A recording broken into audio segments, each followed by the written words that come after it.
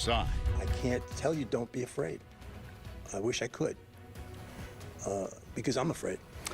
The city of Newport in a state of upheaval tonight. It's grappling with the possibility that federal immigration agencies may be eyeing the coastal city's airport for a detention center. Good evening. Thank you for joining us, everybody. I'm Steve Dunn. And I'm Deborah Knapp. City and state officials say they've been inundated with calls from concerned citizens and people who live outside the city but visit often. K2's Christina Giardinelli reports from Newport.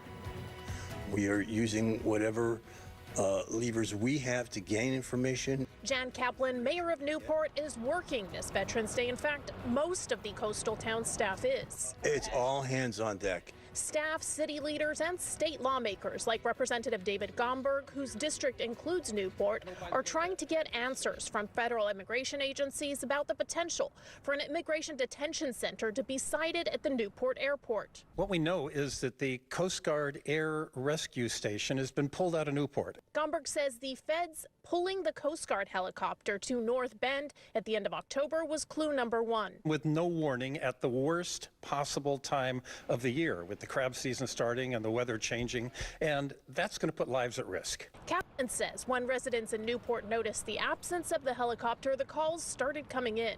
And that began to spur rumors, and again, people call their representatives, people call the mayor, people contact city council, and we're beginning to say, okay, we better figure out what's going on here because this is important. He says the second clue that this property is being eyed by the feds is a strange call from a developer asking about changes to this property. Now, this airport is under a long-term lease by the feds for the Coast Guard. We want to build a 12-foot fence around an area in your airport.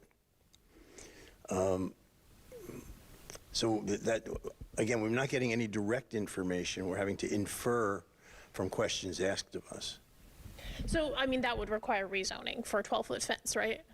I can't speak to that authoritatively, and we are researching what zoning requirements, because it involves both city land and federal land. Gomberg says although they may not have gotten any answers from federal agencies, there were other sources hinting at a detention center. We're in a very difficult situation here because rumors are spreading like wildfire through this community, and leadership requires that we say something, what we know, what we don't know.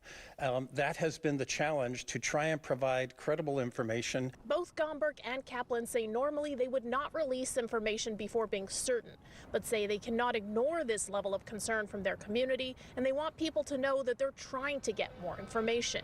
In Newport, Christina Giardinelli, K2 News. Well, K2 reached out to DHS both yesterday and today for confirmation of the proposal. We have yet to hear back. Meantime, the public will have the chance to weigh in on this tomorrow night. A meeting will be held at Newport City Hall at 6 o'clock. So we want to